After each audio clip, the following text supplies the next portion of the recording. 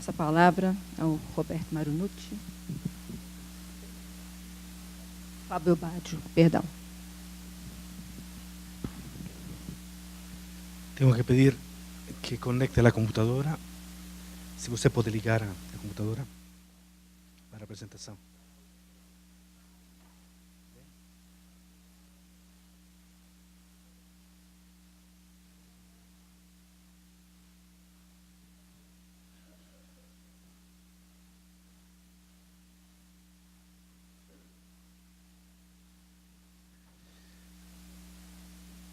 Comienzo con el pedir disculpas por no hacer esta presentación en portugués.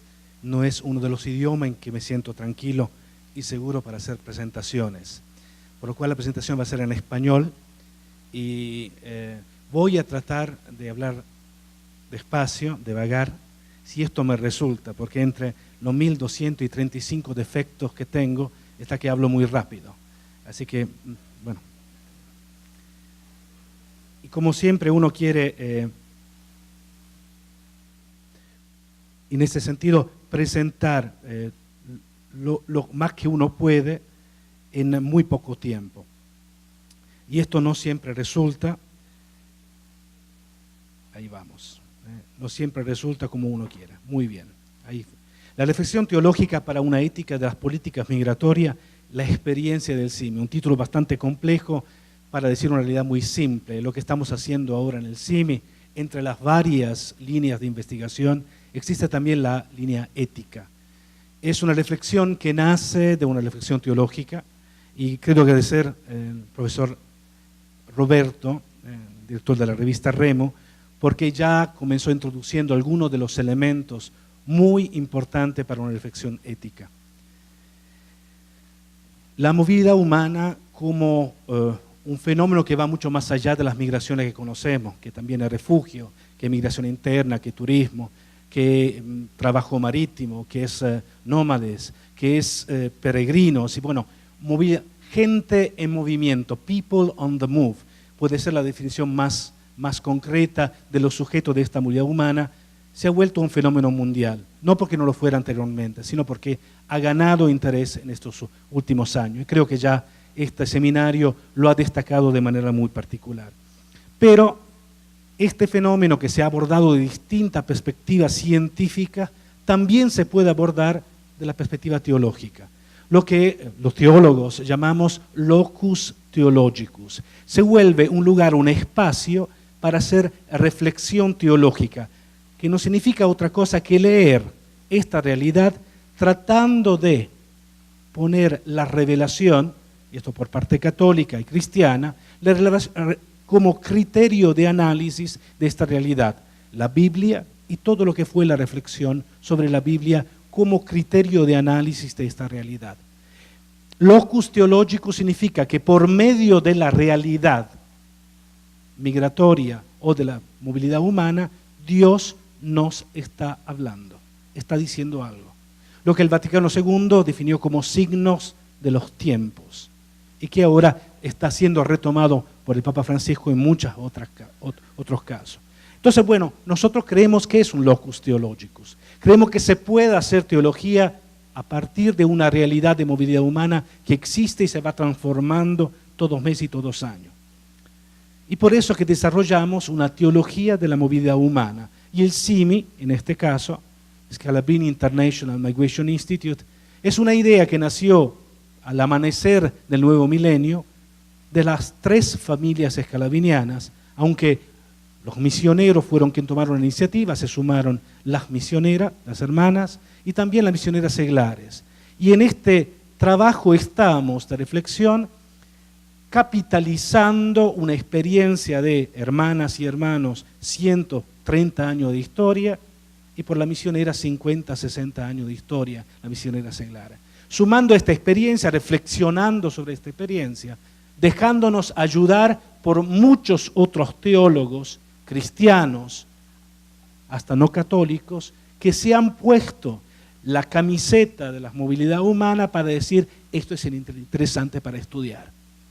Y nosotros hacemos en el CIMI, es un instituto incorporado a la Pontificia Universidad Urbaniana, hacemos investigación, pesquisa, hacemos formación, tenemos un máster, una maestría y un doctorado en teología pastoral de la movilidad humana y un diplomado en pastoral migratoria, y además hacemos lo que es divulgación, conferencias, seminario, y participamos ahí donde nos pide para llevar este enfoque particular que viene de la teología.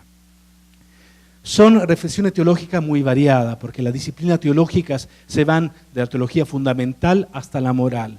Y cada una de estas disciplinas teológicas tiene algo que decir con respecto a la movilidad humana. Para esta presentación se me pidió que enfocara de manera muy particular a lo que es la teología práctica y adentro y en contacto con esta teología práctica, que es la teología pastoral, lo que es la moral, que es la ética desde la perspectiva teológica.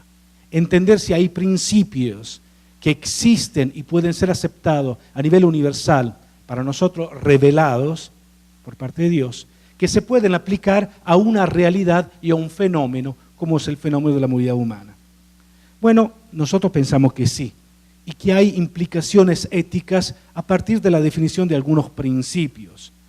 Y pensamos que estos principios que hacen parte de la riqueza, del patrimonio cultural cristiano y cristiano católico, hasta se puede poner en diálogo con otras religiones y con otras filosofías. Si buscamos la universalidad de los principios, no se puede no ponerse en diálogo con, sentarse a la misma mesa y ver cómo la relevancia, la importancia de estos principios puede ser entendida, interpretada, reinterpretada por parte de otros actores que se sientan a la misma mesa.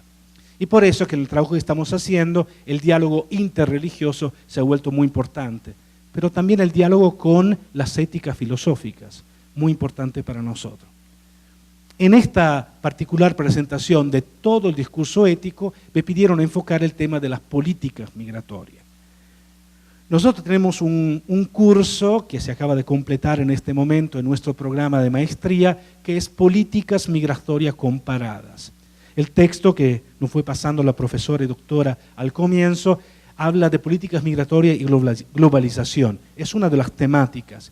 Y pensamos que la paradoja que sin falta, me voy a leer el libro y la voy a encontrar en el libro, son muy evidentes.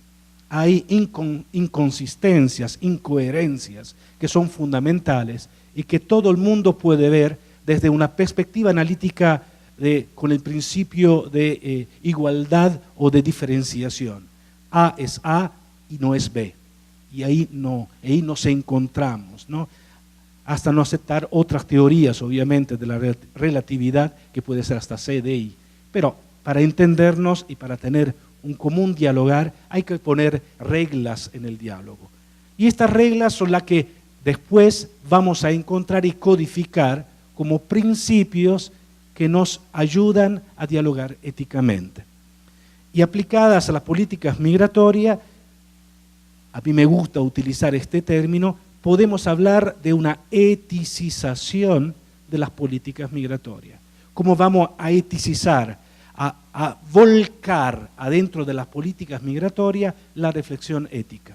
Lo voy a hacer, obviamente, comenzando a partir de una perspectiva cristiana, lo que llamamos doctrina social de la Iglesia, que está en un compendio que todo el mundo puede ver, está en internet en todos los idiomas, el compendio de la doctrina social de la Iglesia, de los documentos que la Iglesia ha producido sobre este fenómeno particular, la Iglesia católica, de la reflexión común con otros cristianos y confesiones cristianas, reflexión común con otras religiones, a la cual me estoy dedicando en los últimos 10 años, y además con las éticas filosóficas, las que están en el mundo y que comparten algunos de los principios. Sin más, vamos a comenzar nuestra presentación entonces de la ética aplicada a las políticas migratorias. Como explico en un curso dedicado, es el TS 121 que acabo de completar con mis estudiantes, es movilidad humana y cuestiones éticas. Y le explico de particular con respecto a las políticas migratorias que tiene siempre que tener por lo menos 3 niveles o ámbitos de análisis.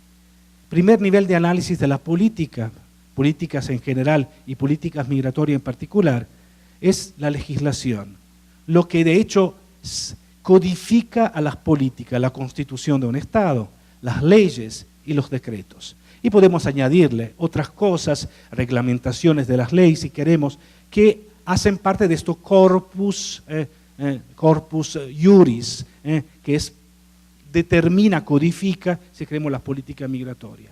Hay un segundo nivel, que son los programas. Cuando se reglamenta una ley, nacen programas y se transforman en política ejecutada.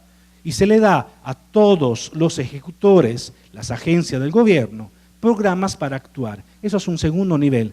Tendría que ser dependiente directamente de la legislación. Tercer nivel son las prácticas ejecutivas. Lo que está escrito en el programa no necesariamente se vuelca después en las prácticas. Hago el típico ejemplo. En la Constitución está escrito que no se puede hacer discriminación en ningún hombre y mujer presente en un Estado.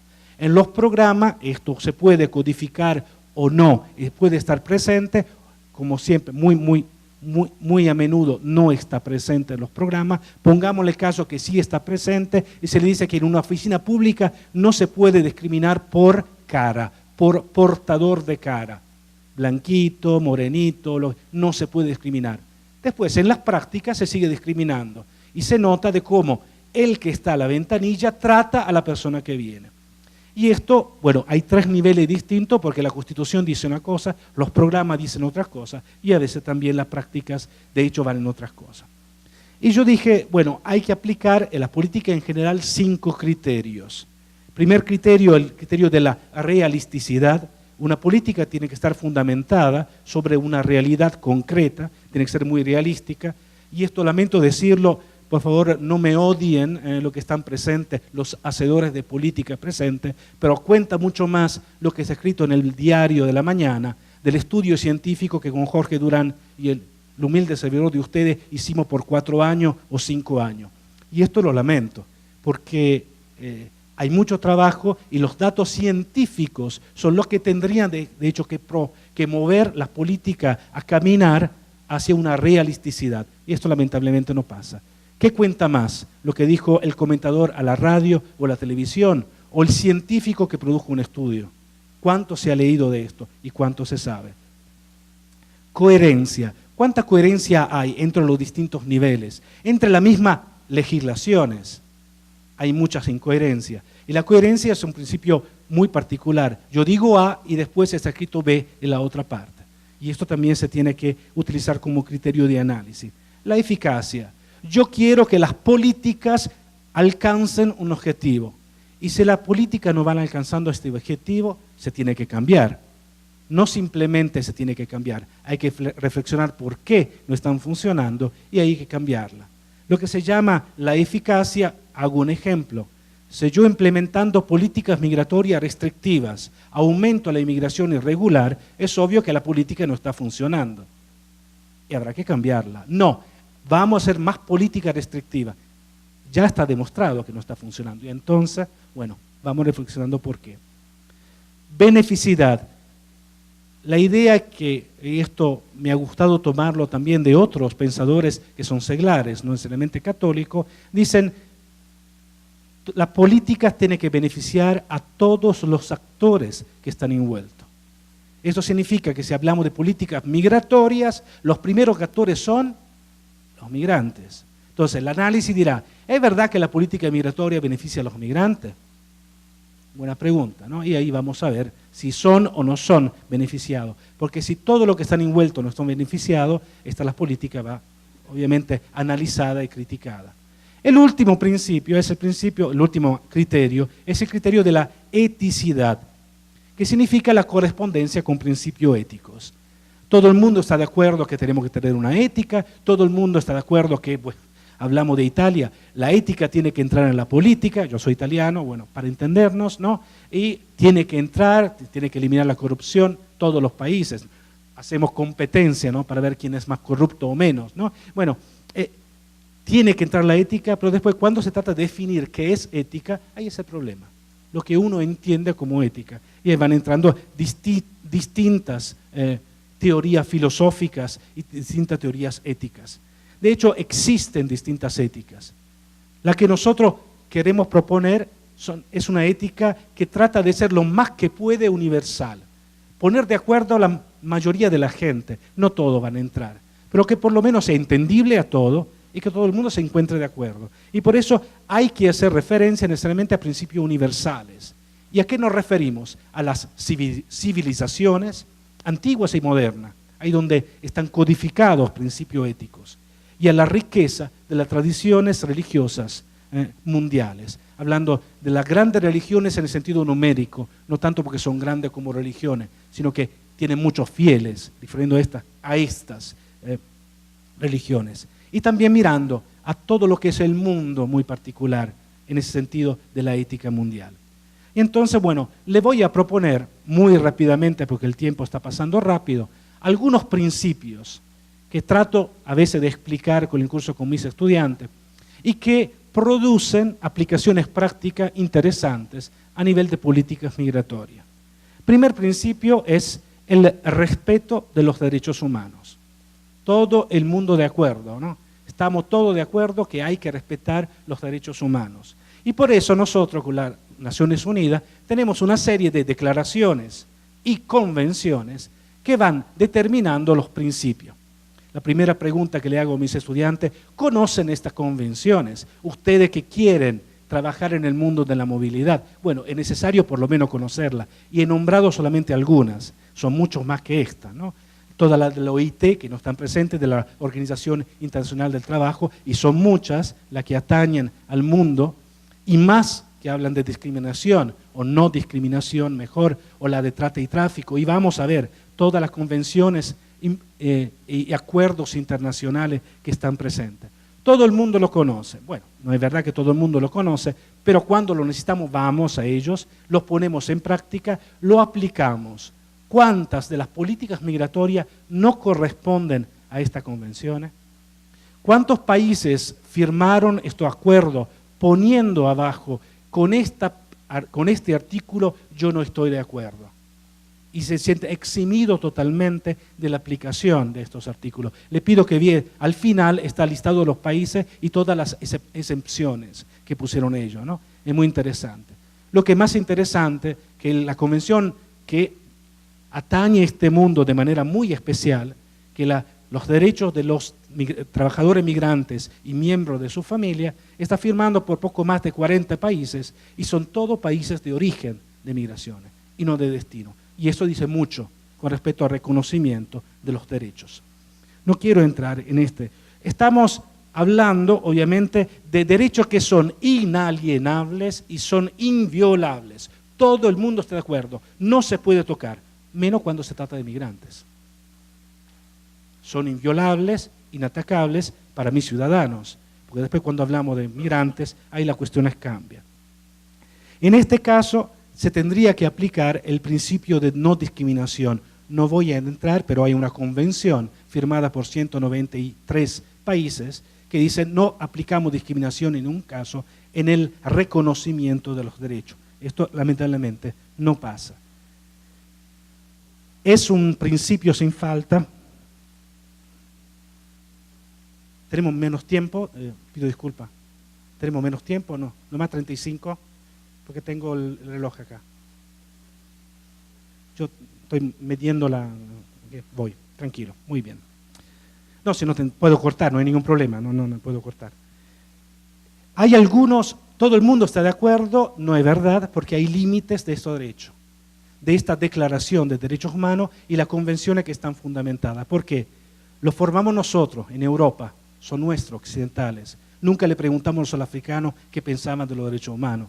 Y nunca le preguntamos a los asiáticos. Y de hecho hay muchas naciones que no firmaron la Declaración Universal de los Derechos Humanos. Y le va a sorprender, Australia no firmó. Como para decir, no es claro que todo el mundo está, no es todo el mundo está. Después, de los principios fundantes de la Revolución Francesa, solamente 2 están en los derechos humanos, que son el principio de la igualdad y de la libertad. La fraternidad no existe, fue quitada, porque esto me lleva a hacer algo más por el otro, y esto no lo quiero hacer. Quiero solamente defender derechos. solo protección de la violación y no hay promoción, proactividad con respecto a los derechos. Y es por eso que muchas veces se toma esta idea de derecho como un criterio de negociación. Ahí le voy a decir, a la foto lo dice muy bien, hay un artículo muy interesante, no voy a citarle al autor, de todas maneras, que ponía esta cuestión. Y dice, para que sean más migrantes entrando, suficiente que bajemos los derechos que le reconocemos. Entonces, menos derechos, más migrantes. Más derechos, menos migrantes. Yo encuentro absurdo hasta que se hable de esto. Porque bueno, o es inviolable o no. Ahí vamos. El segundo principio, y voy más rápido, eso de la dignidad, que va completando el primero, que no es lo mismo que los derechos humanos. La dignidad es lo que me hace como ser único e irrepetible en el mundo. A nivel cristiano queda bastante claro, nosotros fuimos formados, en este caso a imagen y semejanza de Dios. Y esta formación particular, esto hacernos como Dios, nos hace únicos e irrepetibles en la historia de la humanidad. Y esto es lo que es nuestra dignidad. Y se traduce obviamente en un principio de respeto de esta dignidad. Esta particularidad que en ámbito filosófico Pufendorf definió como la capacidad de elegir. Cuando tú me quitas la posibilidad de elegir, yo ya no soy yo. Me quitaste mi ser. Tengo que ser capaz de elegir, decidir. Esto es importante. En el momento de decisión, yo soy yo y soy único e irrepetible. Única e irrepetible. Y esto es muy importante. Es un principio de la promoción de la dignidad humana que me dice que nunca, lo decía Roberto anteriormente, la persona humana puede ser medio para alcanzar un fin que no sea el bien de la misma persona humana. Repito, nunca el ser humano puede ser un medio para alcanzar un fin que sea distinto de su bien. Y esto es muy importante. Esta aplicación ética dice que no es posible decir matamos a uno para que los demás tengan más privilegio. No puede funcionar. Hasta una persona que muere en el Mediterráneo es un grito. Y no es solamente el Ailán, el chiquito que murió en la costa de Grecia. No es solamente el Ailán, son todos los que mueren. Los 600 que murieron la semana pasada. Y ni se sabe. Esto es la idea. Cada acción que reafirma la unicidad es una acción que promueve la dignidad. Cada acción que masifica, homologa, es una acción que denigra la dignidad. Y esto es muy importante. Nuestra dignidad, nuestro ser único. Es una dimensión proactiva. Tengo que mirar, en cambio, acá cómo promover esta dignidad de la persona. Y no solamente cómo defenderla. Aunque hay que decir que esto también tiene un límite, que es un límite occidental de desarrollo conceptual. Y esto falta. Hay que poner más ganas en la reflexión en conjunto.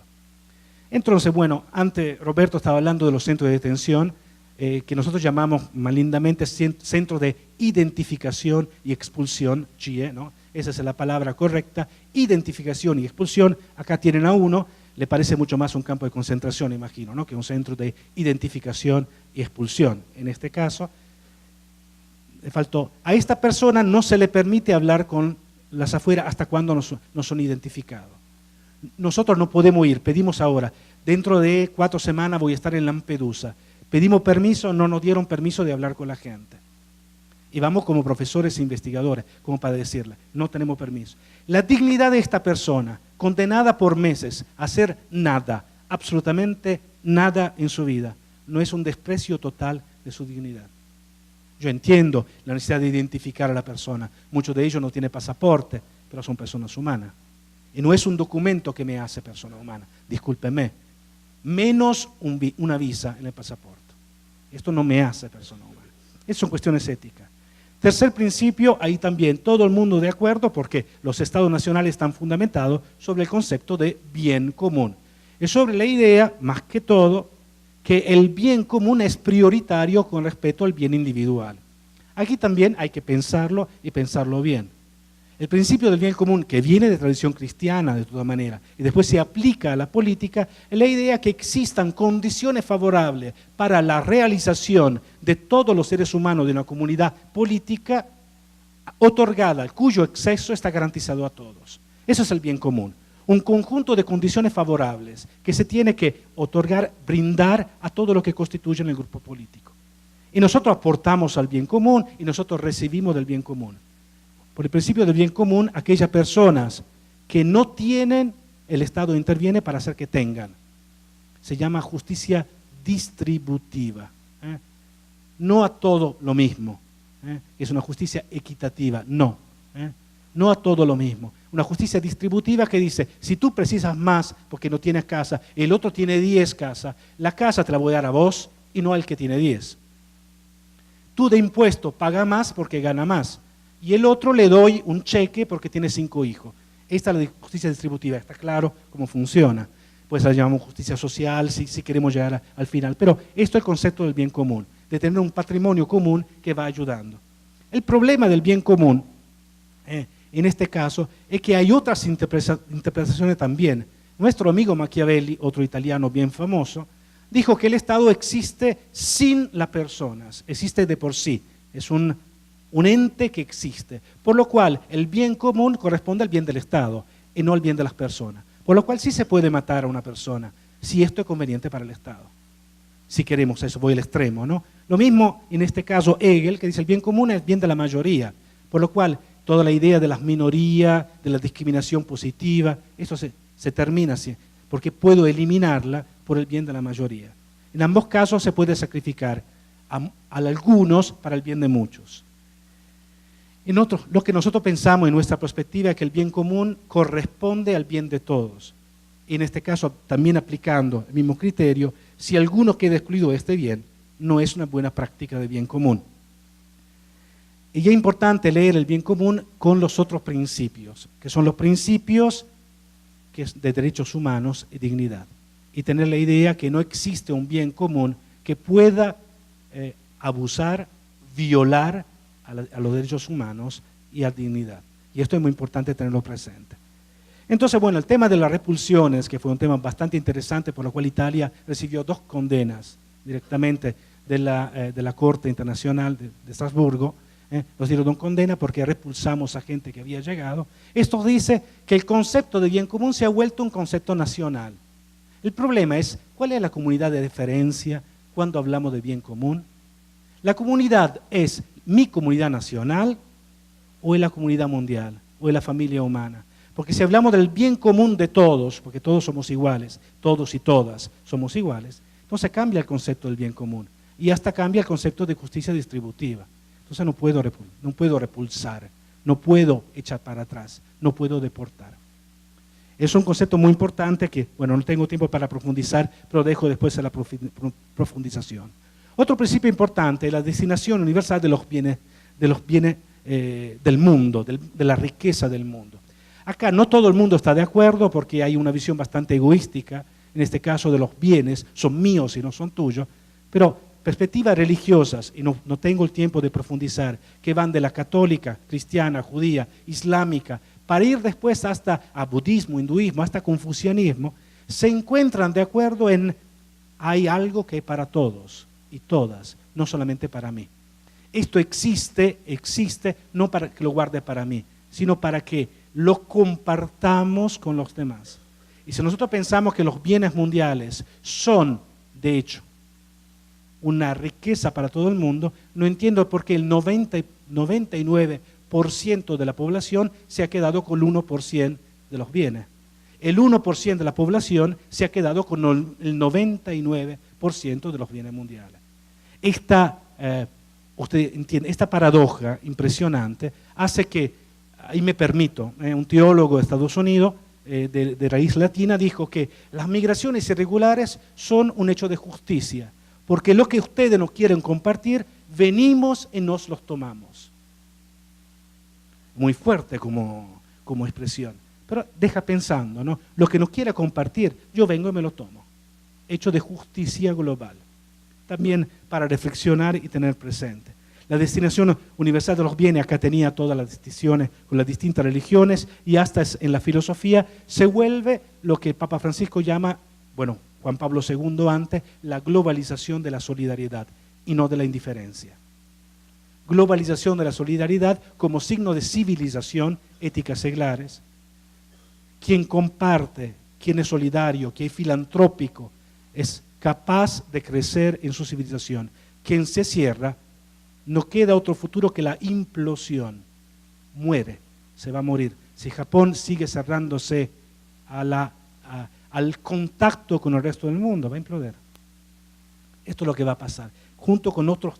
Bueno, lo que estamos asistiendo al revés, en cambio, es otra idea fundamental, si queremos, de una comunidad siempre más chica y siempre más ávida, siempre más queriendo más y más y más y quitándole a los demás. No tengo tiempo para. Entonces, bueno, los muros de hoy son una clara evidencia que no hay ganas de compartir, que esto es mío y esto es tuyo. Y esto es uno de los muros que conocen, imagino. Estamos en Tijuana, pero hay muchos otros, ¿no? Muros que se están levantando. El penúltimo principio es el principio de la gestión global. Eso también nace de un concepto cristiano que se comparte con el Islam, se comparte con, en este caso, las otras religiones. Es un concepto por lo cual yo como ser humano soy responsable de todo el mundo y no solamente del pedacito que me ha tocado.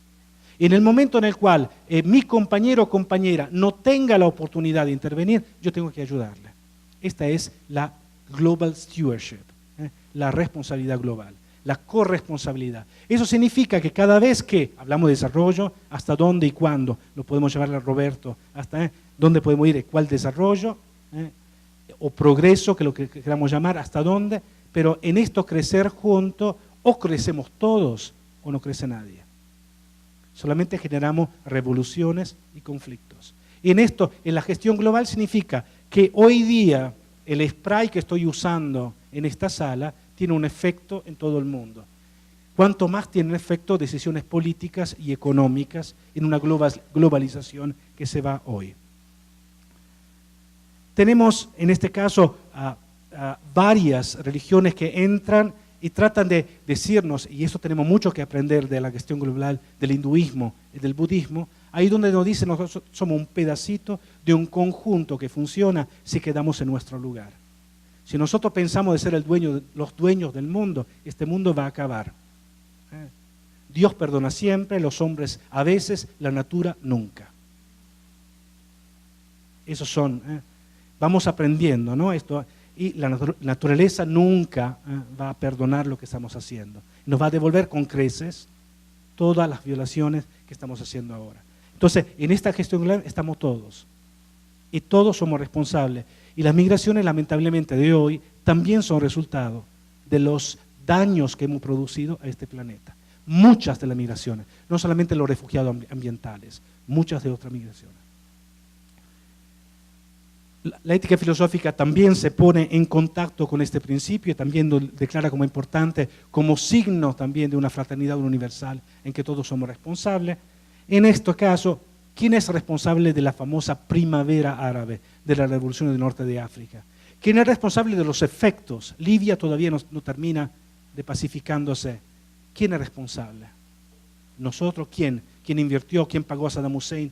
¿Quién pagó a Gaddafi? ¿Quién es el responsable? No tengo tiempo porque estamos casi terminando la presentación, pero sería muy interesante leer a nivel también de política migratoria y de retención migratoria lo que se estuvo implementando y cómo cuando ya no se percibe la necesidad se hacen caer líderes que antes eran compañeros de juego. El último principio es el más complicado, es el principio de la ciudadanía global. Y esto no está muy compartido porque en un mundo de Estado-naciones la ciudadanía se vincula al término nacionalidad. Yo digo, no es lo mismo. Ciudadanía y nacionalidad no es lo mismo. Yo tengo un pasaporte que puedo cambiar. La ciudadanía es lo que me da mi ser, mi pertenencia a un lugar. Aunque me quite el pasaporte, yo sigo queriendo vivir. Es una decisión la ciudadanía. Yo decido vivir en este lugar. Un migrante decide vivir. Y a partir de este momento es ciudadano. Ciudadano porque vive el territorio, lo vive, lo habita, lo siente como propio. Y ahora con el transnacional hasta 2 o 3 o 4 territorios. Yo digo, mi hermano que tiene 3 pasaportes, ¿cuál es su ciudadanía?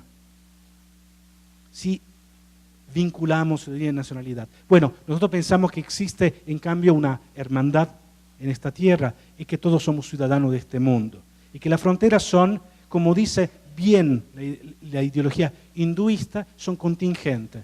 Voy a renacer mañana y voy a ser de Estados Unidos. Y voy a renacer en la tercera vida y voy a ser de Ruanda. Y no tengo ningún mérito en este caso. Y no tuvimos ningún mérito. Yo no tuve mérito en nacer en Italia. Yo no lo decidí y no lo merecí. ¿Y por qué tengo que tener más? Ciudadanía global significa abrir al mundo a todos aquellos que quieren vivirlo. Decisión que no es solamente derechos, sino también que se vuelve deberes con respecto al medio ambiente y a la ciudad que quiero vivir. Ciudadano de la ciudad, yo quiero vivir este pueblo y esta ciudad. Ahí vamos con un movimiento que nació en Italia hace poco. Ustedes saben, tenemos muchos problemas con los menores que nacen en Italia de extranjero, al cual no se le otorga la nacionalidad hasta los 18 años. Y están reclamando que ellos también, toda su vida la pasaron en Italia, ¿por qué tienen que esperar hasta los 18 para ser italianos? Queremos ser italianos antes y no lo pueden ser. La idea de la ciudadanía lo revelan ellos que sienten su territorio. Dicen, esta es no mi patria, es mi tierra, es una tierra que siento como mía. Y tengo lazos y vínculos también con los demás. Voy terminando con algunas consideraciones conclusivas, el último minuto que me queda.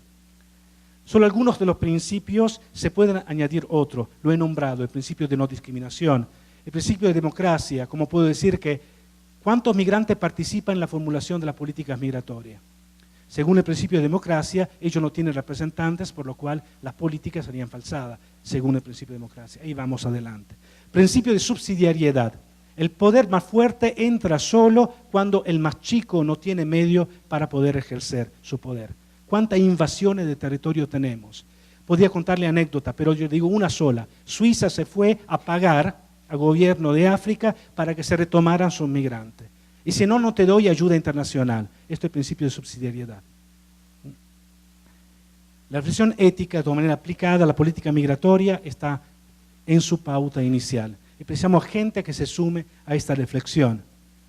No encontramos mucho espacio en lo que es después la verdadera política. Cuando tú hablas de estos principios, a la gente no le cae muy bien, porque vamos llamando la atención, somos muy críticos.